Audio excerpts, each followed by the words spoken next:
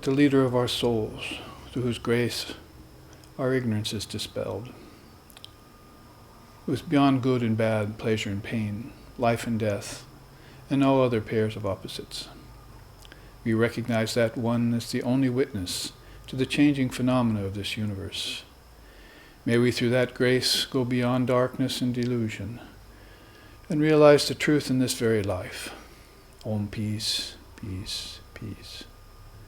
May peace be unto us, and may peace be unto all. Om Hari Om, Hari Om, Hari Om, Tat Sat.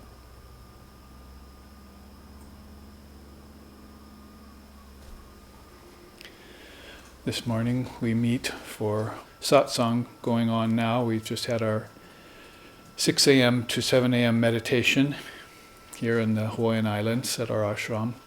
And now we're going to move into morning Satsang. Satsang, at least as far as SRV is concerned, and also the Vedanta Society that I was trained in with Swami Vivekananda Maharaj, happened at about dusk. So it was always around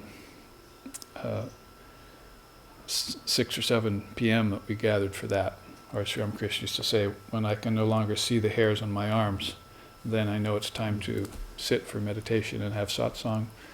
So that satsang, of course, is self-inquiry, inquiry into the nature of the self. The true self, although I would say looking into the nature of the not-self is also very important to the whole process. One's called neti neti, not this, not this. The other's called iti iti, all this, all this. And some of these questions that have come in today, which I just got 10 or 15 minutes to glance at before we went went live, are again sort of tussling with that same question. These higher dualities of form and formlessness, and the apparent dichotomies between paths like action and inaction, meditation and karma yoga, and jnana and bhakti. That's for those of you who don't know those words, that's wisdom, devotion.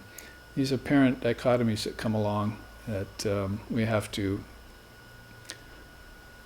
juxtapose next to one another and blend so that we learn the art of integration and how to synthesize well on the spot, even as things come to us. It makes us much more effective as far as the art of everyday living goes, when you can not be taken by surprise by everything that Maya, the world of name and form and time and space, based in cause and effect, will throw at you.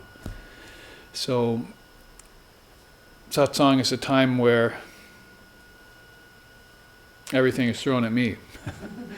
All of these questions come at me and I have to see what I can do to answer them. So let's take a few of them up and we'll see what kind of answers come forth from Mother of Wisdom, who resides within us, has that very power to know, the power to engage in spiritual practice and its concomitants like Atma Vichara, inquire into the nature of the self. Well, let's start out with a few of these questions. I see there's quite a few, and sometimes some come in live. You can send them in live too if you are inspired to do so. We'll see if we can get to some of these, because there are a number of them today. Let's take this one first. How can a spiritual aspirant differentiate between the following three: laziness / aversion to worldly duties, contentment, and world weariness? Well, actually, you just did differentiate between the three, so let's move on. No. He wants a little bit more definitive answer than that, I'm sure. I would say laziness / aversion to worldly duties is sort of tamas and rajas mixed. And contentment is sattva. And in the first you feel bad about yourself, and the second you feel very good about yourself. But world weariness, you don't feel anything at all. So that has to be rather transcendent. That is, world weariness is neither good nor bad, nor good and bad, nor neither. If it's taken rightly, world weariness is a very healthy thing. It doesn't appear to be healthy to your parents when you start going through it, or to your friends when you start entering spiritual life. When your task is done and you let karma float everything away, as Vivekananda says, and you leave the arena of work and you get into the introspective yoga, that is more like knowledge and meditation together, jnana and dhyana, we call it. So when you're in that kind of a blend, it's an introspective, contemplative temperament you're looking at. And it's that side of yourself which has come up, which is very important. It's the inner life that Christ wanted fishermen along the rivers to have, and other great souls like him who came along tried to interest their devotees or in spiritual life, or bring out those hidden tendencies in them, like oil out of sesame seeds. We say it's just such an active world, and so few are given to meditation. How rare it is, and even study of scripture, and probably even real bhakti, because going to church, as we've come to find out, isn't really enough. Doesn't really necessarily inspire us in the tradition of bhakti, which is, as we saw in Sri Ramakrishna Paramahamsa, crying tears for God. He was yearning, and very intensely. It doesn't matter who was looking on. He was doing it in front of the whole world, and yet he wasn't even aware of the world. So these aspects of our nature have to be brought out. There are higher qualities. There are spiritual attributes, and so world weariness is a very healthy thing. But so I don't get too far afield there.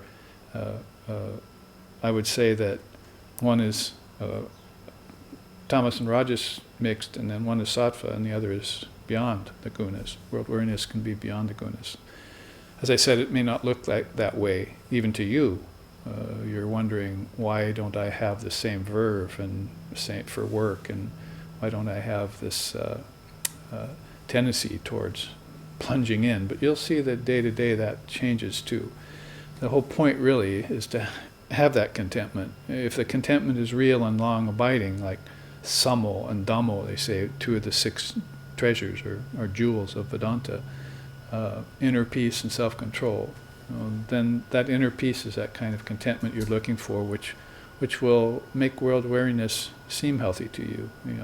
You'll know why you're feeling the way you're feeling, and you can inspect it, just like right now we're inspecting these questions.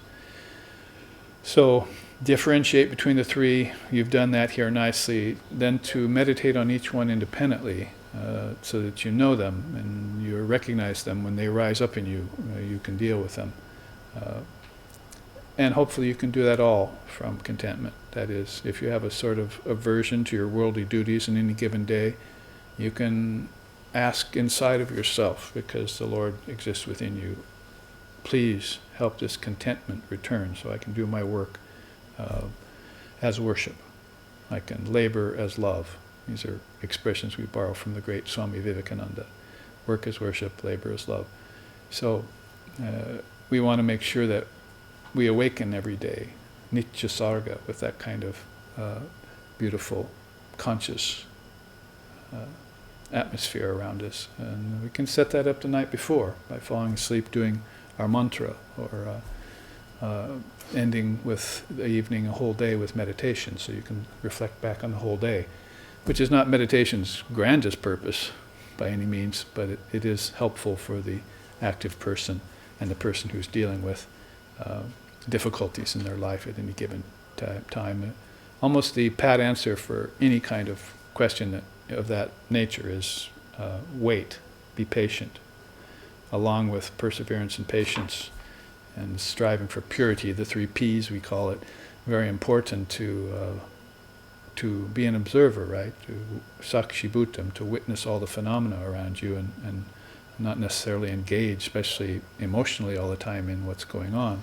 So you keep that kind of witness consciousness, and it's not callousness, it's just very wise to be balanced, that's all. It's economical for your energy, for your prana, it's good for your health then, isn't it? Even your physical health, what to speak of, you're looking for spiritual health along the way eventually. So that observership, that witness consciousness as we call it, must last over cycles. For the seers, it lasts over yugas. They are going to witness a whole march of beings come into and leave, manifested and unmanifested Prakriti, we call it, from their witness consciousness station, if they're working with the consciousness of the individual beings on earth or in the heavens, like the ancestors. There are souls that oversee those great pools, oceans of souls that are abiding and trying to better themselves, trying to transcend the grinding process of Maya, the samsaras going on and on. They've reached that balance and have mastered it. They're masters or past masters, we call them. And they're trying to pass that on to the rest of us. So in that way, strive for that sattva. Sattva, contentedness as you say it here, is a default zone every time. It's not the highest, but it's the best of all modes of nature. Because then things that come at you that are of the nature of tamas and rajas, that is slothfulness, laziness, and restlessness and frenetic activity that spins the wheels and gets you nowhere, can be balanced out, and you can resolve them in sattva. And then if you stay in sattva long enough, contentment and balance, if you make that an art form, and that's your default zone, as I say, and you won't deviate from that, then this healthy world wariness will come to you. Everything that you saw as aversion before, all of a sudden you'll say, oh, I see why I was averse to that, because it's unreal. And I can use that, see? And then everything begins to be paid forward, as they say. You can bring it all back into one state of consciousness, which it is. Guess what? That's what it is. Take the outside, take the inside, render them into one state, meditate upon them, pass your time contentedly, and be free, as Shankara put it in the Vivekachudamani. So there, a few minutes spent on fleshing out, as it were, this differentiation between these three gunas, or these three modes, as it's put here. Now the next question is, and we were just talking about it, at the time of death, what exactly goes into unmanifested Prakriti? Is it body, ego, dual mind, soul, or something else? Well, in India, just to warm up the topic, they've always seen Prakriti, nature, we call it, as having a manifested side and an unmanifested side. And unfortunately, in the West, we only see the manifested side. That is, when anything disappears or dissolves or goes into abeyance, as we say in our tradition, we think it died, or we think it went back to non-existence. Non-existence is actually one of the proofs of existence, which we will be talking about at the forthcoming retreat at the Wind River next month, if you want to join us. But whatever the case may be, this idea of where things go, like even such questions as what happens to the soul after death, or what happens to the world after, it goes to an end, or when the world ends, as it were, as they say. Does it just go into a void? Where did it come from? Did it come out of a void? That's kind of the answer to the question, isn't it? If it goes into a void, or if you go into a void afterwards, then you must have come out of that void. If there's a going, then there must have been a coming. So you're just returning to a source. So whether you put that in physical terms, or energy terms, or consciousness terms, thought and intelligence terms, you pretty much have the same answer, don't you? That there is an unmanifested state for things. And you just need to inspect it. And that's what you're not doing tonight in deep sleep. Because that's the very state of your consciousness, called the third state of your awareness, waking, dreaming, and deep sleep, that your witness consciousness goes away. You want to keep your witness consciousness active there, just like you did when you were in a contented waking state. That sattva has to be taken deep within you and utilized. So inspecting one's deep sleep is not that easy, as we know. You tend to lose track of your consciousness. Well, that's sort of the point. You lose track of your lower awareness, but there's a higher awareness that's there. Call it a void if you want, an emptiness, or a great light, a great formless light. bliss, a great formless bliss that there is no ego there to enjoy. You're just like a salt doll. You just walked into the ocean and you became your own essence. Now you want to do that in consciousness, so that's why we practice meditation, and that's why I just said that's the greater use for meditation, is to learn how to absorb yourself, to merge into your own true nature. And you'll find out, back towards the question, that everything is tending towards unmanifested Prakriti. Like Swami Vivekananda said, the minute we're born, we're rushing towards death. That's a pretty stark statement, but isn't it true? Everything that comes into form is rushing back towards formlessness the minute it appears. And you just wait a while, stand around and watch it, and you'll see it disappear. But you'll also see it come back again if you wait long enough. It's the cycle. And it's that particular cycle that Lord Buddha wanted off, and other great souls. So they sat, meditated a long time until they saw where it all came from, and they sat equally as long to see where it all goes to. And this coming and going, as Vivekananda said later, is really all non-actual. You get the feeling as you watch it that you're the observer. That's enlightenment. When you really come full circle, beyond circles and cycles, you just sit there and you see the coming and going of a thing, and then you say to yourself, well, that's really all going on in my own consciousness. It seems like it's going on externally, and it seems like it's going on internally, and these two are switching off back and forth like humans and ancestors. It happens with everything, bodies, you say here, minds, egos. The only thing it doesn't happen with is the soul, because the soul here is capitalized, uppercase, you see. If you had to put a small s there, I would have said yes, the ego, that's the soul, the ego-mind mechanism, that also goes to unmanifested Prakriti and comes back. That is, it goes into a state of not knowing, abhava, and then it keeps its personality traits there locked somewhere back inside. We differ a bit with the Buddhists in that case. And then it manifests those personality traits again in another lifetime. Everything is held back in abeyance, like seeds. And then they're strewn again like paddy before the rainy season, you see, and all these growths come out of it. So that bit of knowledge called the unmanifested side of Prakriti is something to add to your spiritual repertoire. You want to have that knowledge because it satisfies all the relative questions. All the penultimate questions you have pretty much will be satisfied. All those questions that people are talking, why, where, when, what, those 4 W's, all those questions get answered when you just take a look inside of yourself and see these cycles of coming and going happening all inside of you. Kingdoms of heaven are within you. Another nice interpretation for that saying. And then pretty soon, if you watch that enough, you see there's a stable foundation here. There's a witness looking on, and that's me. That's me with a capital M. That's soul with a capital S. And no, that doesn't go into abeyance and come out into manifestation again. It's always there. Now, with tongue-in-cheek, you might say, yeah, we should manifest more of that soul. So that's a matter of practice. Like this question here came in. It says, lately I have heard you quote from St. John, who said, no man hath ever seen God at any time. How can we understand this in relation to Sri Ramakrishna, who declared that we have never seen anything but God? Brahman would be the word for God in Vedanta. So one is a matter of truth. You see, a statement of truth. That is, one's coming from a person who has realized that God is not a form. It just manifests in a form. Most of us, that is, all of us are that one divine reality. How could it be anything other? That's non-dualistic thinking, you see, Advaitic thinking.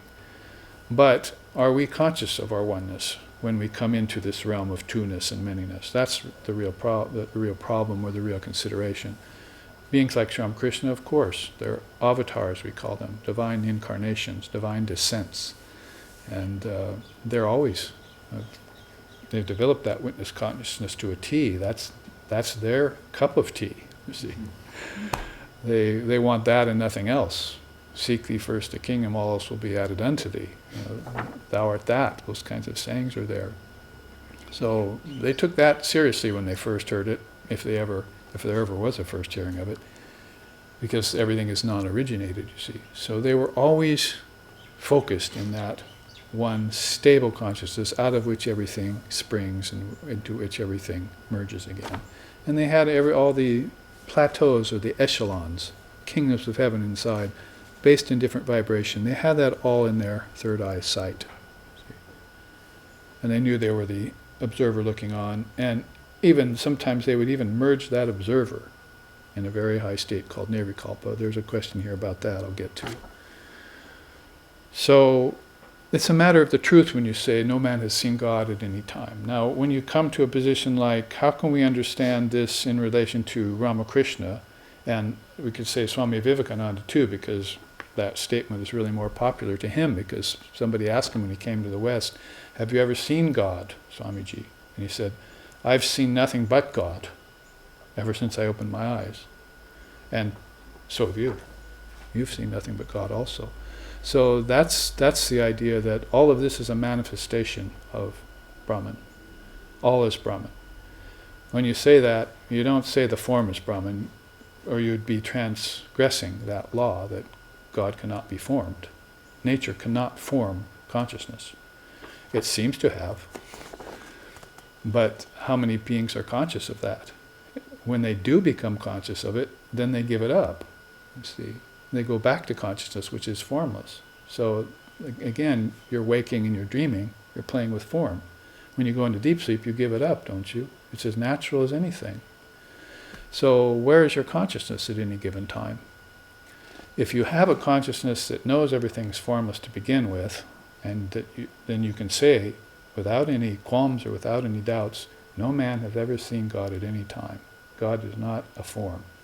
But if you have consciousness awakened in you, and it's fully refined, and you're focused on it, like I was just saying, these superlative souls that do focus on it 100%, then everywhere you look is nothing but that Brahman.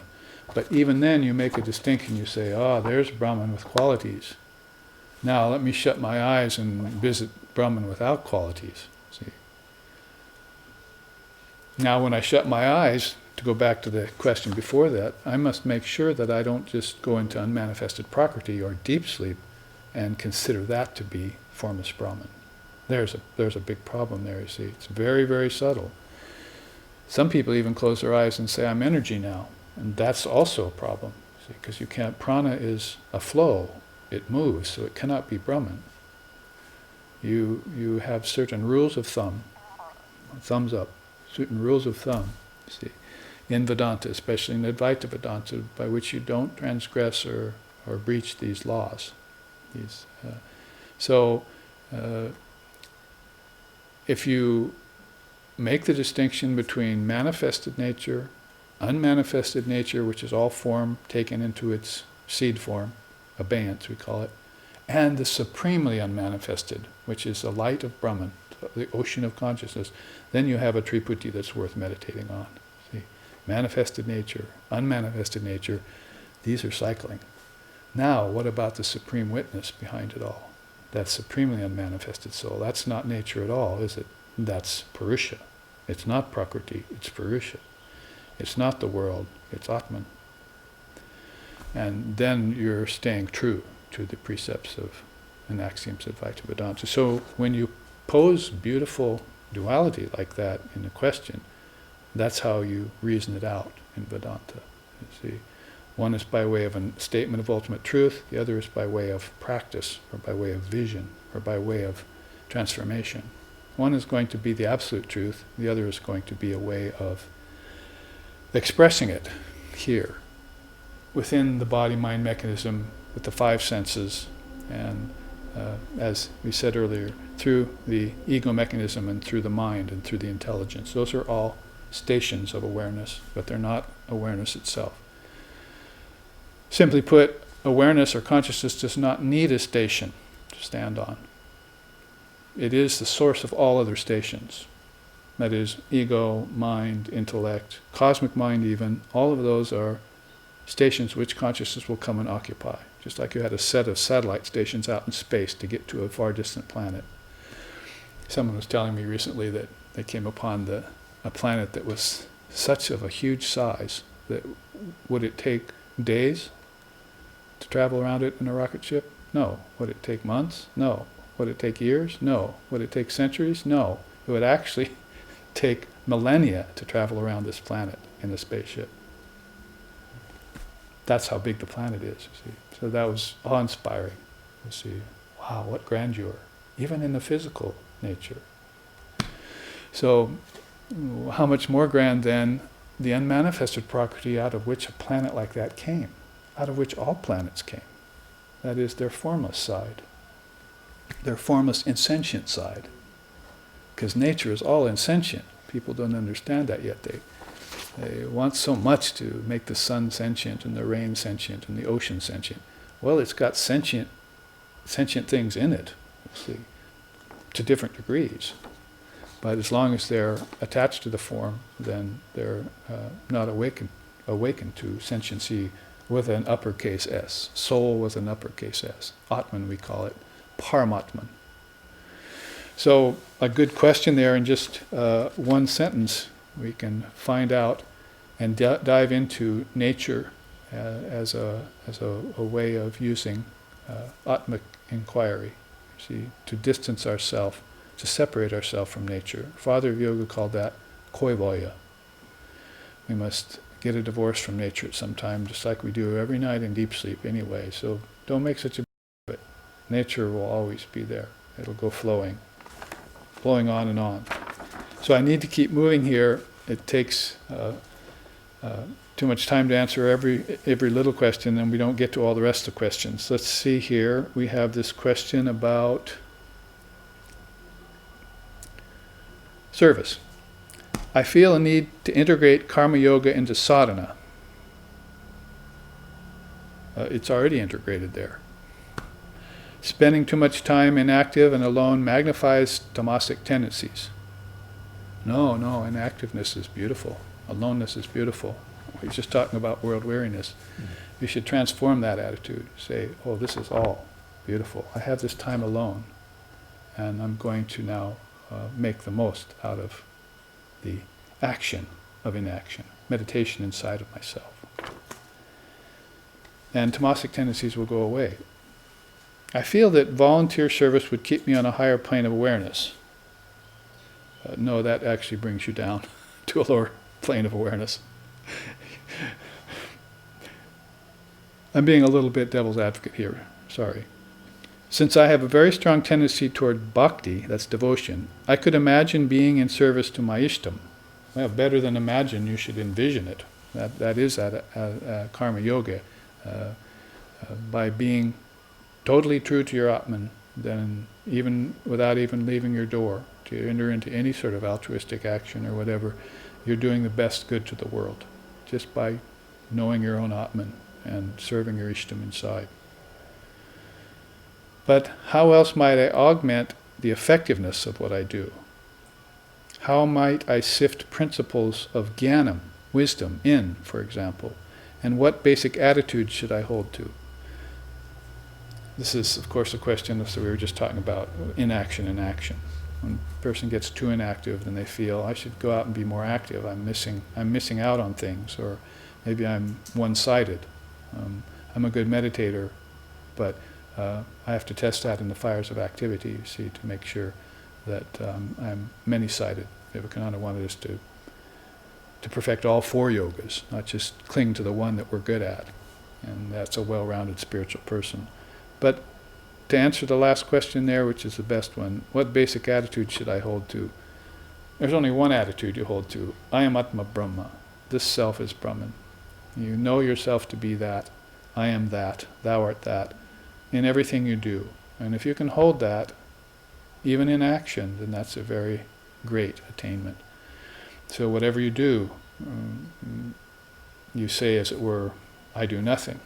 The Lord is compelling me to do this action. and whether my work overflow with full fruition or with none, doesn't matter. I am simply the Atman, and the Atman is essentially inactive. Now, when I manifest that wisdom, as you're saying, how can I sift principles of wisdom in? Yes, you should. You should study the scriptures and then test them in the fires of activity, whether it be just the activity of your everyday life, around the kitchen, around the bedroom, around the living room. Even if you live alone, you see, you're testing yourself in all those ways. And what comes up is your challenge, how you deal with it, and how you resolve it. Things are difficult sometimes, even when you're living alone. Then when you're out with other people, if you go out and engage in karma yoga and service, then you're going to put a finer point on that, no doubt. But you have to be very strong in order to do that too, because you don't want to get pulled away from your center. So this balance of action and inaction has been stated by Sri Krishna in the Gita as a very fine art, very difficult to complete, to mature, to refine. But it's very worthy of the effort, very worthy of the effort. So he mentions 3 of the yogas here in this question. You see, karma, bhakti, and jnana. And the only thing that isn't mentioned is meditation. So that's your alone time, I would say. Make that alone time sacrosanct. Don't ever think of it as being tamasic. That time alone based on world weariness, if you will, is meditation. And that's, like you say, a very rare thing. If you have a tendency to go into meditation and you like to be there, that's a very positive aspect of your being. You're very fortunate. We wish more people would ground things out, even things out, and balance things out with meditation. Then they wouldn't go out the next day full of stress, full of violence, ready to go off fly off the handle and commit acts of unconsciousness, see, of lower consciousness.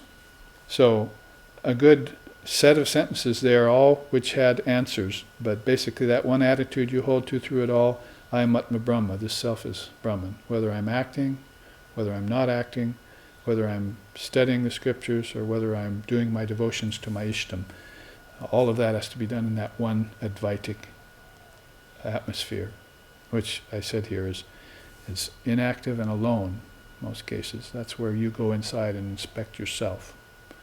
Here we're inspecting it outwardly a bit, but then you take this wisdom inside and inspect it in your own time, quietly, deeply, and that's going to be very, very good. Make for a healthy spiritual life. What other questions here in our time? One says, this was a little more technical, in the highest state of paravairagya, we have vaishikara, a state where one has gained dispassion and complete disinterest in the enjoyment. When one has paravairagya, supreme detachment, there are accounts in our tradition of the enjoyment or bliss that accompanies such a station. We see in the Gospel of Sri Ramakrishna, for instance, that a mart of joy surrounded the Master. Can you speak of where and how enjoyment and bliss becomes free of attachment with respect to the states of aparavairagya and paravairagya? All right, well, I'll probably come to the 2:30 class today, because one of the charts I'm showing is titled that, paravairagya and aparavairagya. And so it shows how one moves in states from lower detachment to middling detachment to higher detachment to supreme detachment, which is just a quick English rundown of these terms that some of you might not be familiar with or need to be reminded about. Also, how bliss dies away is very good. It's not really a big part of the Vedanta. It is not really spoken of a lot, and although a lot of the monks have the last name Ananda, which is bliss, as we often say. But as far as how that bliss manifests, comes, and by degrees, and especially how it goes away when one reaches a non-dual state, is more a yogic topic. Right? That is, the Father of Yoga has defined it very nicely. You want to know how attachment to bliss goes away, if that's what I'm reading here. It's basically when you reach the Sananda and Sasmita levels of lower samadhi, it's called. Sampragyata, seated samadhi. You have this still attended by the sense of a ripened ego and the sense of bliss with you. And it's your bliss and you're having that great feeling of bliss. But there's a sort of turn of the higher soul into a paravairagya where that bliss turns into something that is not owned anymore. So for a while you thought it was my bliss. In fact, witness consciousness may be a good way of saying how one all of a sudden even gets detachment or objectivity over my bliss. And when one steps back, it's sort of like saying, I'm sure happy looking at the moon, you see. But then all of a sudden you've realized that the moon is shining by the light of the sun, and you look towards a greater light. Self-effulgent, right? Moon is not self-effulgent. Sun is, always, ever. So that's sort of like turning away from the bliss of the ripened ego.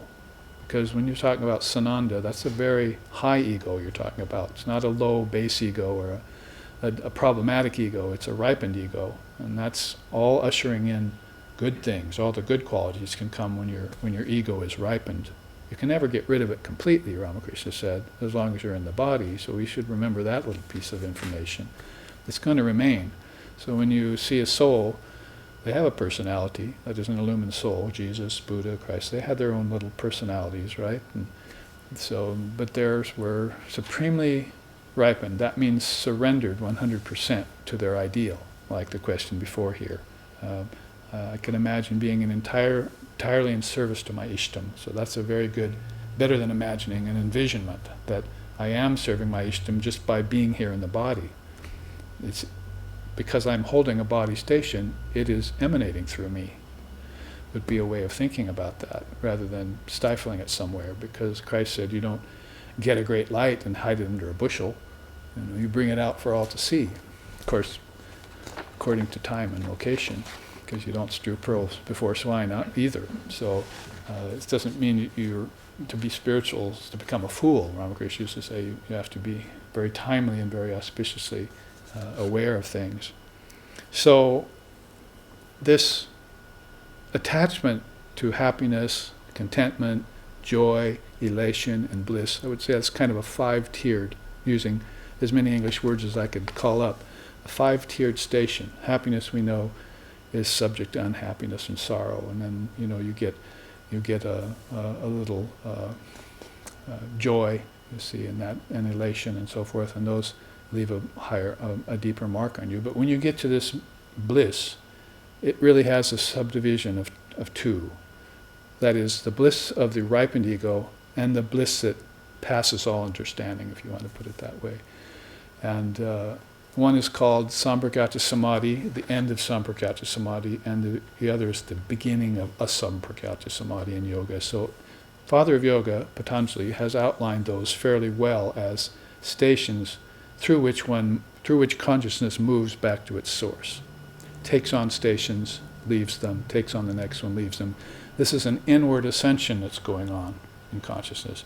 If you keep your eye on it, especially the single eye, your concentration that is, then you'll begin to know then the apparent movements of consciousness, how it takes on and gives up. Just like waking, dreaming, deep sleep again is a great mirror for that. So then when you finally reach a station of higher stations of vairagyam, this questioner is saying, there's a low state of lesser dispassion, there's a middling state of lesser dispassion, and there's a high state of lesser dispassion. And that's what he's talking about here, Vaishakara. And then there's a state of supreme dispassion that you come to, paravairagya. Para means supreme. And that supreme detachment is bliss without any attachment to it. So the ego has turned away from its, it's like it does with knowledge, you see. Sometimes it says, this is my knowledge, and my knowledge is great. I've received jnana from my guru, so I'm not talking about the limited knowledge of an intellectual person without any knowledge of where knowledge came from. It doesn't have any true knowledge. That's called actually a paravid and paravid. So here, it's pretty much the same thing, isn't it? of paravairagya and paravairagya. There's lower knowledge and higher knowledge. So when you get that higher knowledge and you can give that up, then you see how attachment to bliss or to knowledge begins to leave the soul. And now it's returning to a pristine state, the original pristine state. And it can enjoy unalloyed, uninterrupted bliss and non-dual Brahmagyan. And you could call that prema bhakti, or you could call it Brahmagyan, depending on which temperament you're talking about there. The one who loves formlessness, or the one who loves form. Or the one who mixes them up and goes from one to the other in complete knowledge. Like, that's a beautiful teaching that Sri Ramakrishna used to say, sometimes you see a full moon in the sky, and other times you see the sun. But sometimes, on certain days, you can see both sun and moon in the same sky. That's beautiful, you see it. Pretty much exactly, in a very simple way, shows how Brahmagyan, the deepest non-dual wisdom, and prema bhakti, the most ecstatic love, are there in this one person who can go from form to formlessness and remove all distinctions that would get in the way of full realization. And that would be called nirvikalpa samadhi, or if you're talking in Vedanta, if you're talking in yoga, it's called asampragyata, the seedless samadhi. There's only one of those. But the seated samadhis, there's quite a few. And then there's a whole bunch of moods too, bhavas and so forth, that are underpinnings, you see, to all of those moods too, all of those samadhis. So only one of that non-dual samadhi, very beautiful thing there. So I hope that explains a little bit the technical aspect of this question and also gets to the heart of it, that one can lose attachment to bliss, because remember, Father of Yoga also said that's the fourth of four impediments is attachment to bliss, attachment to subtle bliss. And that he's talking about that sasmita sananda connection where you're enjoying your bliss very much, thank you. And my students come up to me and they say, I'd sure like some of that. I wouldn't mind that. I'll take that. But then, like anything else, until you reach the non-dual, which is the only thing which will fulfill you and satisfy, called knowing yourself, you're knowing something that's only a part of yourself, an attribute of yourself. It'd be like, say, a Christmas tree standing there and saying, I sure like that particular ornament on me, you see. Or, I like that I'm green. But it's the essence of the treeness of it. It's missing, you see. So that's what they say fulfills you completely when you have that non-dual experience. Until then, bliss is a good secondary thing, you see. But eventually it may become something you're going to want to transcend. Father of Yoga thinks so. So there, that's a little bit about that. Now, you have said in the past that Vedanta will make a Christian a better Christian, a Catholic a better Catholic, a Muslim a better Muslim. What exactly do you mean by this? Well, actually, I didn't say that. I said a Christian a better Christian, a Jew a better Jew, a Muslim a better Muslim, and a Hindu a better Hindu. Because actually Catholics are Christians. So, but actually that's a very interesting point. What can make a Christian a Catholic a better Christian? See? Is a good point. When he starts accepting his Protestant brothers and sisters, that is, when both Catholics and Protestants drop the divisions between one religion and begin seeing that they are worshippers and lovers of Christ. Simply put, you don't go to church and then go to war. That was not Christ's way. You renounce the world and you follow him, don't you? So what are all these things we're putting in the way of true love of Jesus, true worship of Jesus, that we could really call ourselves Christians? Because we here are Vedantists. We've had to look somewhere else for the wisdom tradition part that was missing in Christendom. And there was a lot else missing in Christendom too, we found. Well, a lot of Hindus have left India because there was a lot missing in Hinduism to them. And that's why Vivekananda came forth with the Vedanta, because what I mean to say when I say Vedanta will make a Christian a better Christian, a Muslim a better Muslim, and a Hindu a better Hindu, is that it will give you that non-dual part that is so impinging on the wisdom part of the tradition. If you take wisdom away from devotion, then devotion becomes sentimental, becomes emotional, becomes half of what a caricature of itself. We can see that happening everywhere. You don't see jnanis walking around the churches very often, you see. And you don't even see ecstatic Ramakrishnas walking around churches, do you? Well, that's because Vivekananda said it's good to be born in a church, but don't die in a church. Because the churches of today are not giving us the wisdom part of the tradition. That's why we are going east for it. India has it in spades. China has it because of Buddhism mainly, but also because of Taoism and so forth. Confucianism had a lot of wisdom in it. So these other traditions from the Near East and Far East are very key, and Christianity was from the Middle East, you see. So if we want to follow it exactly, we're going to have to look at Christ's teachings and remake him in our mind. See, we've unmade him, so we have to remake him in our mind. He never changes. He is the consciousness that is doing the remaking, see. So we man him up in our minds and we see him as he was. A sannyasin like Vivekananda in modern times, just wandering free with no religion attached to him. These are things we have to keep in mind if we want to really be Vedantas, and so that Vedanta will, as it boasts, rightly so, make a Hindu a better Hindu and a Christian a better Christian and a Muslim a better Muslim. Because specifically to answer the question, it's not a religion. It's a way of living God. It is the living God, Vedanta. All love, you see. That's the gist of our Vedanta. It's not just compassion where you say, "Oh, you poor suffering people in another country" or something. It's rolling up your sleeves and saying, "You're my very soul. I want to go help you." See. So back to this question. I want to be the best kind of example. I want to worship my Ishtam. I want to do altruistic action and so forth. That would be doing it in the Vedantic way, you see. That I'm the Atman, and the Atman is there too. Atman is Atman. See, is there any help there? Can the soul help itself? It's all one being. So it's no credit to you that you stand up and help your brothers. It's just enjoined upon you to do so because that's your very self that you're helping. Those are great non-dual axioms that are brought home very close to our heart when we actually engage in meditation and action, or wisdom and devotion. We start to integrate these four yogas. So, yes, Vedanta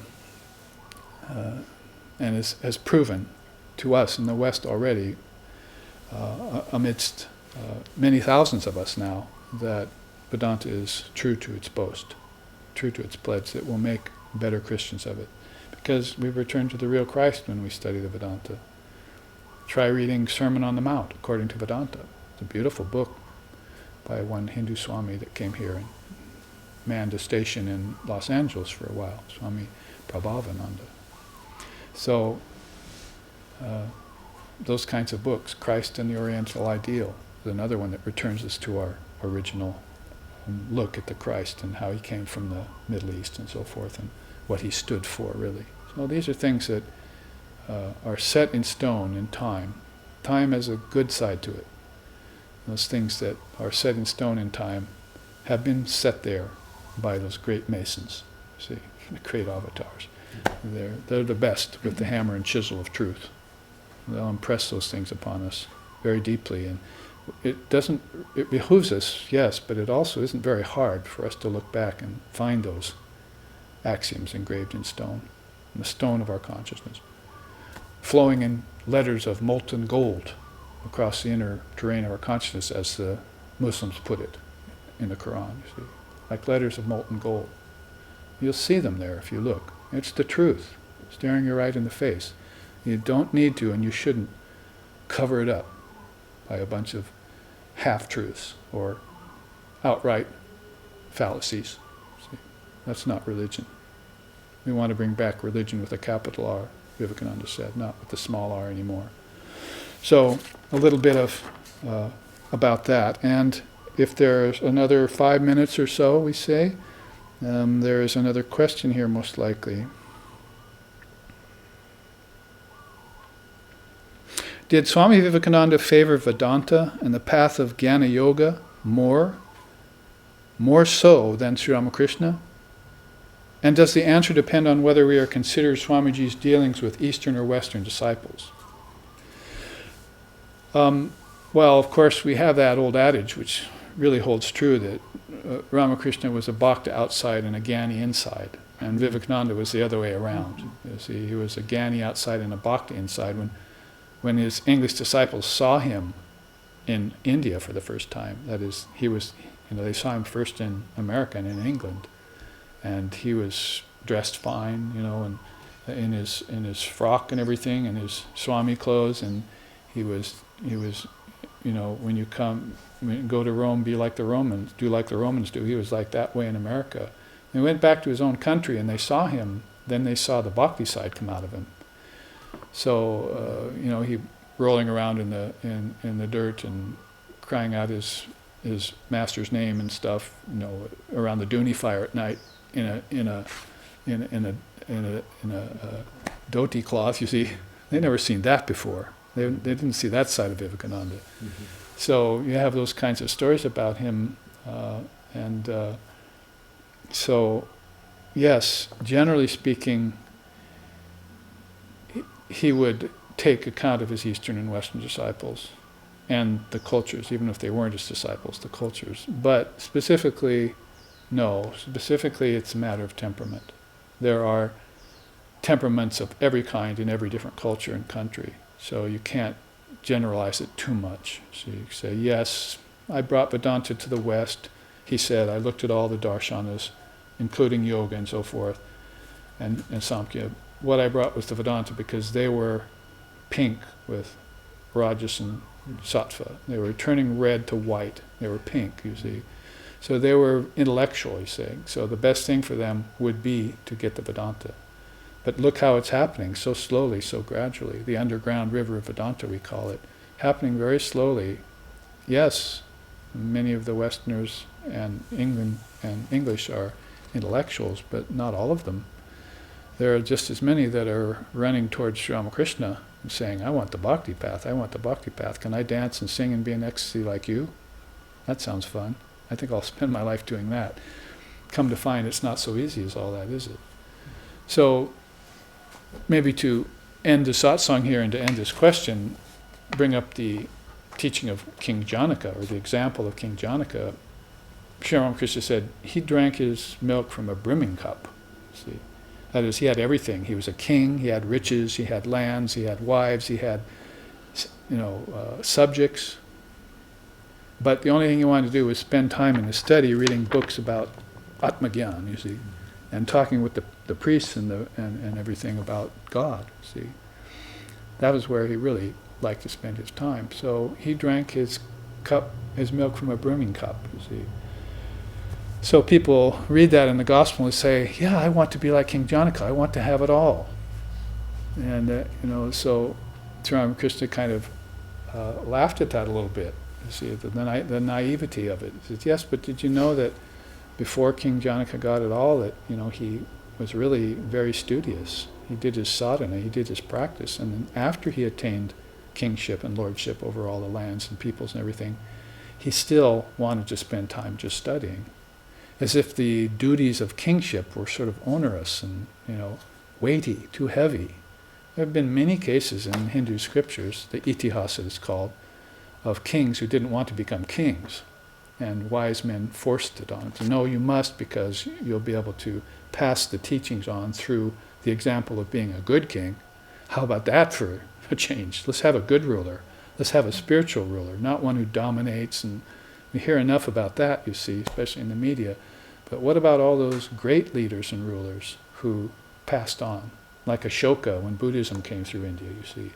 Well, let's take another look at animal sacrifice. Let's take another look at vegetarianism. Let's change things up a little bit here and make people more refined in their appetites.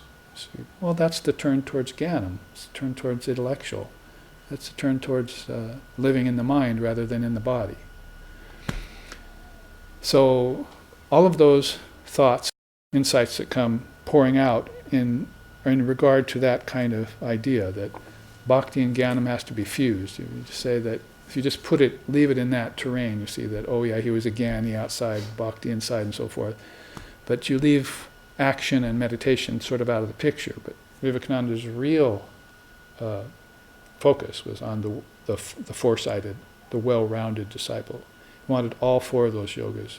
He said, I've met many people who are one-sided and two-sided. I'm tired of them all. So even if you had two sides together, he didn't really like that. He wasn't satisfied. He wanted you to form all four yogas. You know what we mean by the four great yogas?